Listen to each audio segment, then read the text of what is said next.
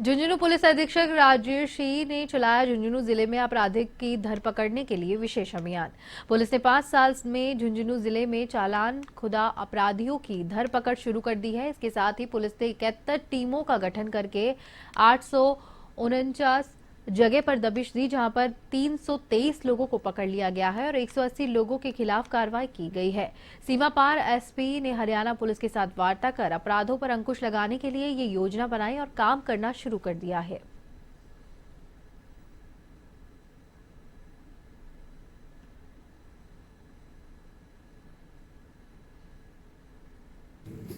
जगह जगह दबिश दी है और जितने भी अपने ज़िले के जो हार्डकोर अपराधी हैं, हिस्ट्री शीटर्स हैं, arms act, NDPS act, excise act, पहले के जितने चालानशुदा अपराधी हैं, साथ ही वर्तमान में जो सक्रिय हैं, हो सकता है पहले के चालानशुदा ना भी हों, पर वर्तमान में जो सक्रिय हैं, अलग अलग गैंग्स मेंबर से जिनका संपर्क रहा है, इन सब की हमने लिस्टिंग की पिछले 3-4 दिनों में और आज सुबह से हमने थाने लेवल पर करीब 71 टीमों का गठन कर 839 जगह हमने दबिश दी।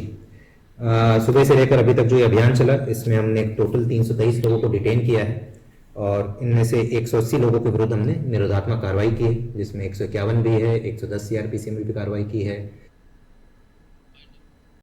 नवलगढ़ में खिरोड़ ग्राम पंचायत क्षेत्र के किसानों ने खिरोड़ ग्राम पंचायत में सरपंच को अपनी समस्याओं का ज्ञापन सौंपा। सरपंच महावीर प्रसाद भानु ने किसान को बात को सुनकर शीघ्र ही समस्या का समाधान करवाने का आश्वासन भी दिया। क्षेत्र के किसानों ने सरपंच भामू को ज्ञापन देकर आरोप लगाया है कि क्षेत्र में प्रस्तावित अल्ट्राट्रैक सीमेंट कंपनी द्वारा किसानों की मंदिर माफी जमीन और जोहड़ों की जमीन को बिना अनुमति और बिना ग्राम पंचायत को बताए ही अपने नाम करवा ली गई है, तो नियम के ये विरुद्ध है।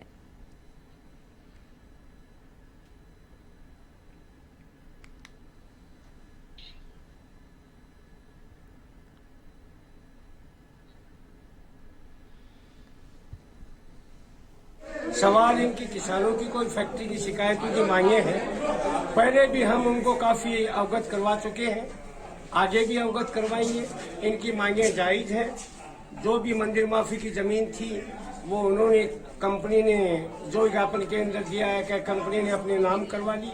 अब आगे उनको न कोई उसका मुआवजा मिला है, न कोई मंदिर माफी में उनका जो हक, जैसे मंदिर के नीचे थी तो मंदिर में कुछ मिला या कुछ भी अभी तक नहीं मिला है। न सरकार ने दिया है और न ही सीमेंट कंपनी ने दिया है।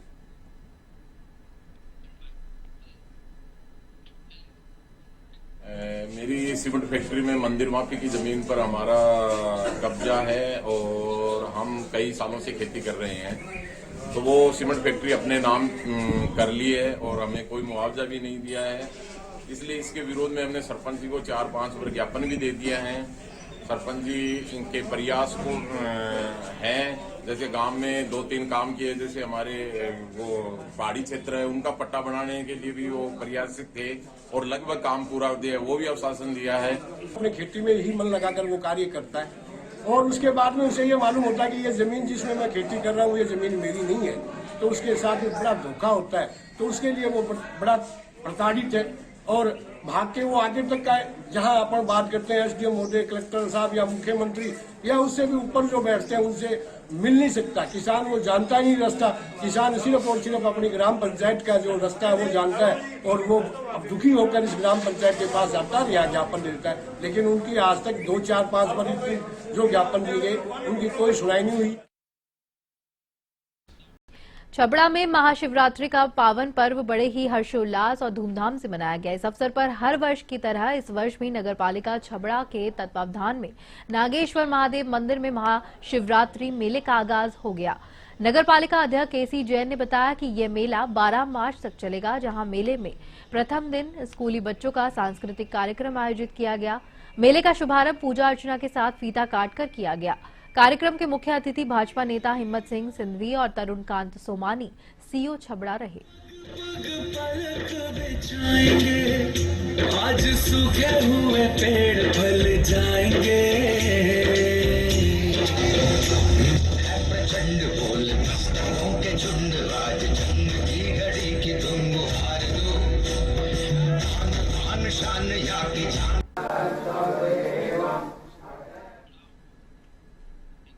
बूंदी में तिलक चौक स्थित श्री भवानी शंकर महादेव मंदिर में शिवरात्रि के अवसर पर आयोजित रात्रि जागरण सवेरे तक चला। इस मौके पर महादेव की चारों पहर की पूजा अर्चना की गई। आयोजन से जुड़े सामाजिक कार्यकर्ता पुरुषोत्तम पारिक ने अपनी धर्मपत्नी के साथ विधि विधान से रात्रि जागरण का शुभारंभ करवाया। इस मौके पर फ्रांस से आए विदेशी पर्यटकों ने भी रात्रि जागरण में भाग लेकर भजनों का आनंद लिया। प्रातः महाआरती और रात्रि जागरण का समापन प्रसाद वितरित कर किया गया।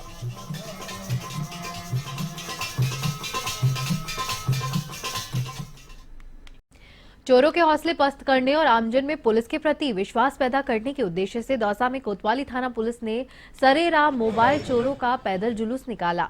इस दौरान कोतवाल हीरालाल सैनी के नेतृत्व में पुलिस का भारी जाब्ता मौजूद रहा।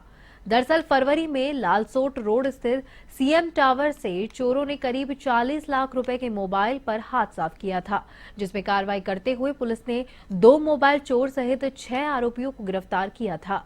चोरी के दोनों आरोपी दीपक मीणा और अमर सिंह मीणा सवाई माधोपुर जिले के सुरवाल थाना क्षेत्र के निवासी है। कोतवाल हीरालाल सैनी ने बताया है कि आरोपी आदतन अपराधी है और उनके खिलाफ पहले से ही कई आपराधिक प्रकरण दर्ज है।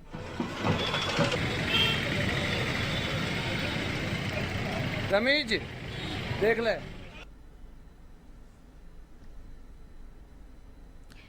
जिला मुख्यालय दौसा पर न्यायालय परिसर में शनिवार को राष्ट्रीय लोक अदालत का आयोजन किया गया, जहां पर इस दौरान कुल 4,278 प्रकरणों का निस्तारण किया गया।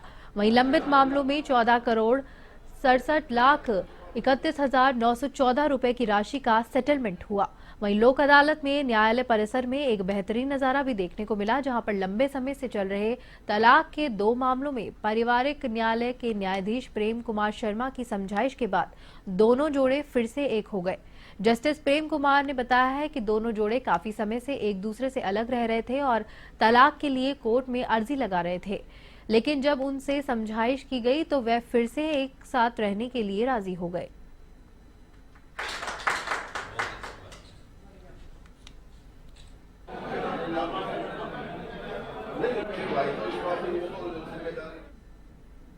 माननीय सर्वोच्च न्यायालय जहाँ से कि ये राष्ट्रीय लोक अदालत के निर्देश हैं पूरे हिंदुस्तान में। आज की तारीख में हर 2-3 माह में ये लोक अदालत लगती है, राष्ट्रीय लोक अदालत के नाम से लगती है और लोगों में भी काफ़ी अवेयरनेस आ चुकी है लोक अदालतों के संबंध में।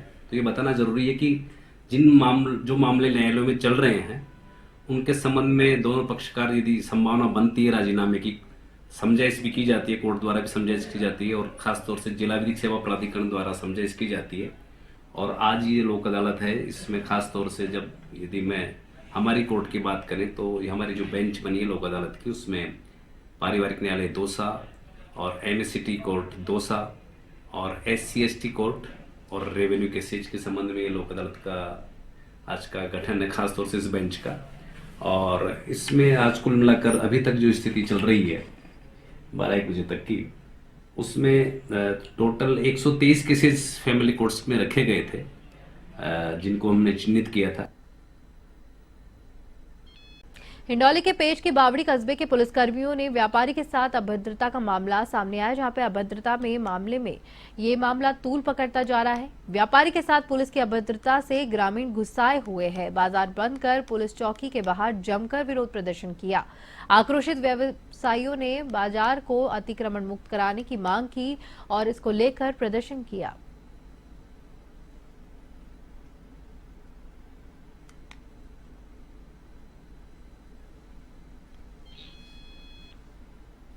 बांसवाड़ा भारतीय जनता पार्टी के लोकसभा चुनाव कार्यालय में अल्पसंख्यक समुदाय मोर्चा के 50 से अधिक लोगों ने कांग्रेस छोड़ भाजपा में शामिल हुए। इस दौरान भाजपा के पूर्व मंत्री धन सिंह रावत, एडवोकेट मनोज सिंह चौहान, पूर्व अध्यक्ष मनोहर पटेल समेत जिले के कई पार्टी पदाधिकारियों ने अल्पसंख्यक मोर्चा से आए लोगों का माला और भाजपा का दुपट्टा पहनाकर स्वागत किया। साथ ही आगामी दिनों लोकसभा चुनाव में अल्पसंख्यक समुदाय के अधिक से अधिक वोट करने की अपील की गई। इस दौरान अल्पसंख्यक मोर्चा के नगर अध्यक्ष नजर इकबाल ने बताया कि हमारे समाज का कांग्रेस के समय में कोई भला नहीं हुआ है और आगे भी इनका साथ रहने से उनके साथ कोई उद्धार नहीं हो पाएगा।